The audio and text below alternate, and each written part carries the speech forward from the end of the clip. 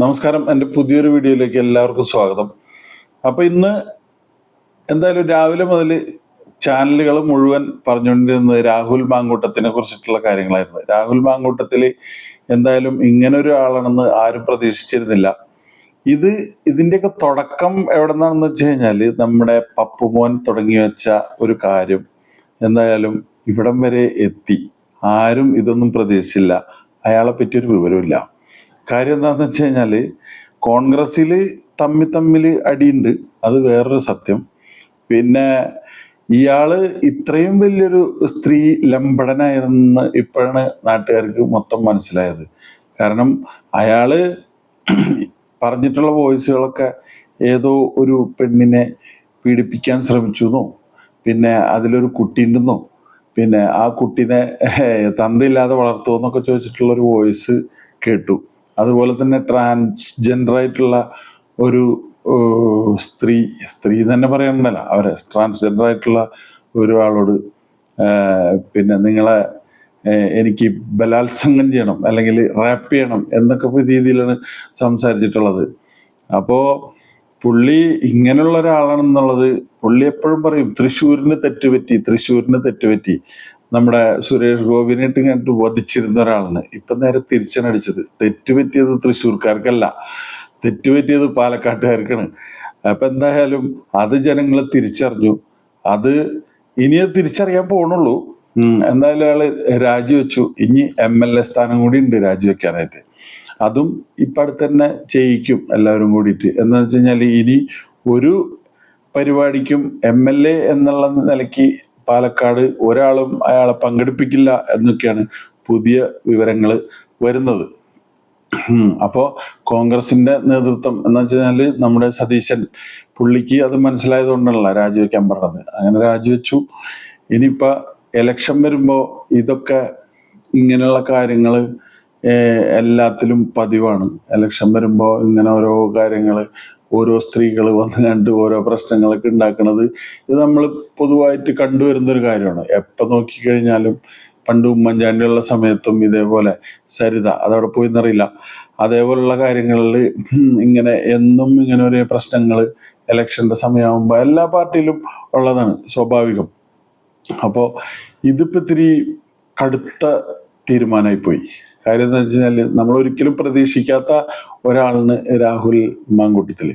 അപ്പോൾ അയാളുടെ പേരിൽ ഇങ്ങനെ ഒരു ആരോപണം വന്ന് അയാൾ രാജിവെച്ചു. ഇനിയും ഇതുപോലെ ഒരുപാട് ആരോപണങ്ങൾ എല്ലാവരുടെ ഇതിലും വരാൻ ചാൻസ് ഉണ്ട്. അത് ഏത് പാർട്ടിയിലാണെന്ന് നമുക്ക് ഇപ്പോൾ പ്രെഡിക്റ്റ് ചെയ്യാൻ പറ്റാത്തൊരവസ്ഥയാണ്.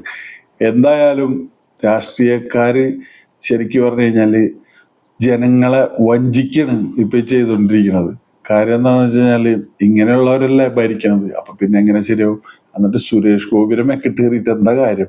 ഇപ്പൊ മാങ്കൂട്ടത്തിലാണോ അതോ മാന്റെ കൂട്ടത്തിലാണോ അല്ലെങ്കിൽ മാവിൻ കൂട്ടത്തിലാണോ? ഇപ്പൊ ശരിക്കും പറഞ്ഞ പുളിയുറുമ്പിന്റെ കൂട്ടിൽപ്പെട്ട അവസ്ഥയാണ് ആർക്ക് വന്നിട്ടുള്ളത്?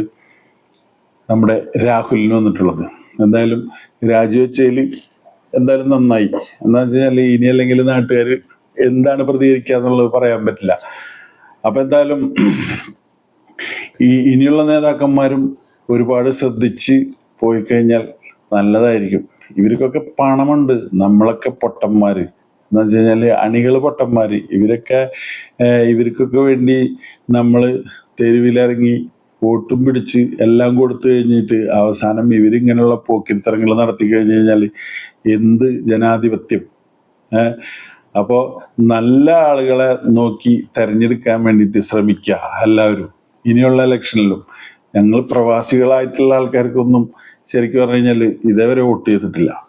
കാരണം എന്താണെന്ന് വെച്ച് കഴിഞ്ഞാൽ അവിടെ ഇപ്പം ഞങ്ങൾക്കൊക്കെ ശരിക്കും പറഞ്ഞു കഴിഞ്ഞാൽ വോട്ട് ചെയ്യാൻ വേണ്ടിയിട്ട് ഇതേവരെ ഞങ്ങളുടെ വീട്ടിൽ തന്നെ 5, 6, 7 വോട്ടൊക്കെ ഉണ്ട്. പക്ഷെ ആരും ഇതേവരെ നമ്മളെ വീട്ടിലൊന്നും വരാറില്ല. എല്ലാം കഴിയുമ്പോൾ സംഭാവനയും ചോദിച്ച ഒരുപാട് രാഷ്ട്രീയക്കാർ വരാറുണ്ട്. ഞാനുള്ള കാര്യമാണ് പറഞ്ഞത്. കാര്യം എന്താ വെച്ചാൽ ഇതേവരെ എൻ്റെ വീട്ടിൽ വോട്ട് രേഖപ്പെടുത്താനോ അല്ലെങ്കിൽ ഒരു പാർട്ടിക്കാരും വരാറില്ല, ഒരു പാർട്ടിക്കാരും. അപ്പോൾ ഇതൊക്കെയാണ് നാട്ടിലെ അവസ്ഥ. എന്തായാലും നന്നായിട്ടുണ്ട് എല്ലാ കാര്യങ്ങളും. വളരെയധികം സന്തോഷം തോന്നുന്നു. എന്താണെന്ന് വെച്ച് കഴിഞ്ഞാൽ നാട്ടിലൊക്കെ ജീവിക്കാൻ പറ്റാത്തൊരവസ്ഥയാണ് ഇപ്പോൾ.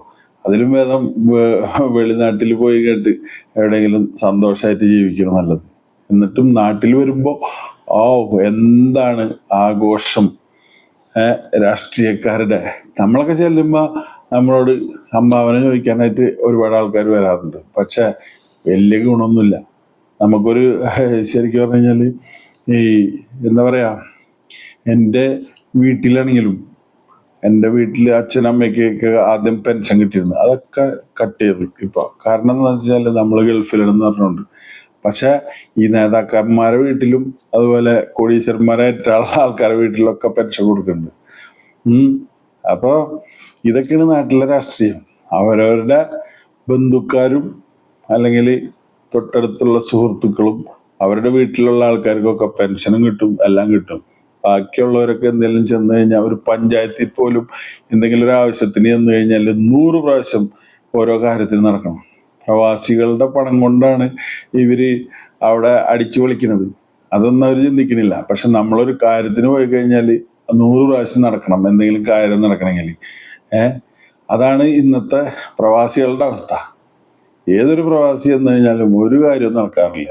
അവർ പിന്നെ അവിടെ പിന്നെ കുറെ ഇടനിലക്കാരുണ്ടാവും.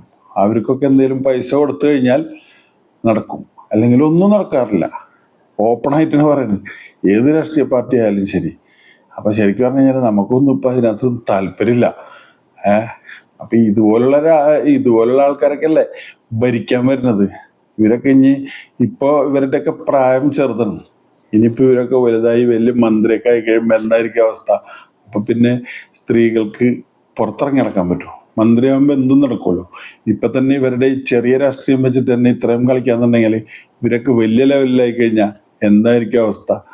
അപ്പൊ ഇതൊക്കെ ഉള്ളൂ എനിക്ക് പറയാനായിട്ട്. അപ്പൊ ഇത്രേ ഉള്ളൂ. അപ്പൊ ഇനി അടുത്ത വീഡിയോ ആയിട്ട് പിന്നെ കാണാം. Thank you.